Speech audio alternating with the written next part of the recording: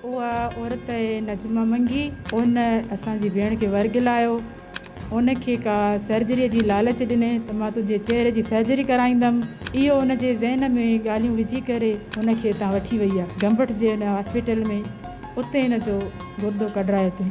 डॉक्टराणी जे घर बि वेंदी हुई, उन बि हिनखे ईअं चयो त तुंहिंजी सर्जरी मां कराईंदमि।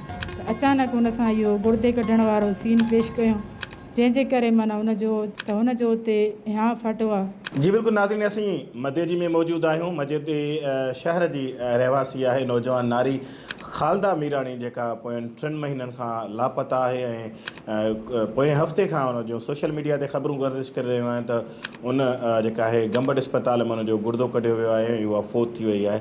जंहिंखां पोइ अॼु असां हुनजे वारसनि सां वटि पहुता आहियूं त आया वाक़ई हुनजो गुर्दो कढियो वियो आहे या हू गंबट अस्पताल वई हुई या न वई। हुन वार सां असां हुनजा वारस मौजूदु आहिनि। अचो त हुन सां ॻाल्हि ॿोल कयूं। ख़ालदा मुंहिंजी छा थिए? ख़ालदा मुंहिंजी भेण आहे। अच्छा, तव्हांजी भेण आहे? जी जी। कॾहिं गुम थी? 2 अप्रैल ते गुम थी वई। 2 अप्रैल ते? तव्हां पुलिस में का FIR वग़ैरह कराई? जी जी करवाई। कॾहिं थी FIR 5 तारीख़ ताईं थी वई। हाणे सोशल मीडिया ते हिकिड़ियूं ख़बरूं पियूं हलनि त छोकिरी जेका आहे हुनजो गुर्दो कढियो वियो आहे गंबट अस्पताल मां, उते मरी वई आहे। इहो छा चकर आहे? इहो असां जॾहिं जवाबदार गिरफ़्तार करायासीं, जिन ते असांखे शक हुयो, उन्हनि मां इहा मालूमात थी आहे त हिन जो गुर्दो कढायो वियो आहे ऐं बाद में उहो माना क़तल थी वई आहे, माना फ़ौत थी वई आहे। फ़ौत थी वई। अच्छा, कल्ह तव्हां जा वारस ऐं तव्हां बि विया हुआ अस्पताल, पुलिस बि वई, उते छा ख़बर पई? उते असांखे उनजो डेटा ॾिनो वियो त 16 अप्रैल ते छोकिरी हिते एडमिट थी आहे, हुन जूं टेस्टियूं थियूं आहिनि ऐं उन सां गॾु जंहिंखे गुर्दे जी ज़रूरत हुई उहो बि उन ई तारीख़ ते उते एडमिट थियो आहे।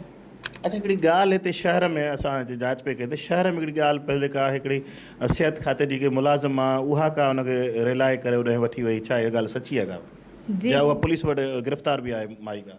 उहा औरत नजमा मंगी उन असांजी भेण खे वर्गलायो, उनखे का सर्जरीअ जी लालच ॾिने त मां तुंहिंजे चेहरे जी सर्जरी कराईंदमि। इहो उनजे ज़हन में ॻाल्हियूं विझी करे हुनखे हितां वठी वई आहे गंबट जे हुन हॉस्पिटल में। उते हिन जो गुर्दो कढायो अथईं। सिहत जे हिसाब सां तक़रीबन हुनजी सिहत माशाल्लाह बिल्कुलु सही हुई, बाक़ी उहा माज़ूर हुई, अपाहिज हुई।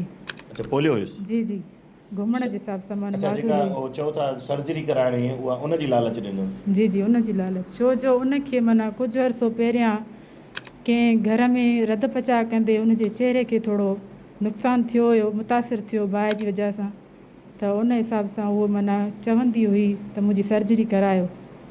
त उनखे माना कंहिं पाड़े वारनि वर्ग लायो, आसिरो ॾिनो त असां तुंहिंजी सर्जरी कराईंदासीं ऐं इन में इहो डॉक्टराणी जे घर बि वेंदी हुई, उन बि हिनखे ईअं चयो त तुंहिंजी सर्जरी मां कराईंदमि, तुंहिंजो चहिरो सही थी वेंदो। माना इहे ॻाल्हियूं हुनजे ज़हन में विधियूं हुयूं त अचानक हुन सां इहो गुर्दे कढण वारो सीन पेश कयो, जंहिंजे करे माना हुनजो चवणी जवाबदारनि जी जेके गिरफ़्तार थिया आहिनि त हुनजो उते हाँ फटो आहे।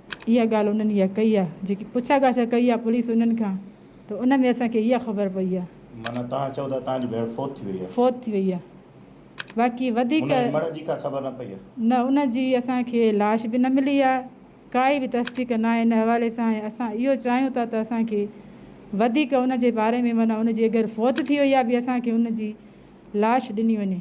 असांजो मुतालबो इहो आहे त असांजी जेका भेण जिन सां उहा नाजाइज़ी थी आहे उन सां इंसाफ़ कयो वञे ऐं कातिलनि खे गिरफ़्तार करे जेके बि हिन में मुलविस आहिनि उन्हनि खे सख़्तु खां सख़्तु सज़ा ॾिनी वञे, बल्कि मां इहो चवंदमि त उन्हनि खे फांसी ॾिनी वञे।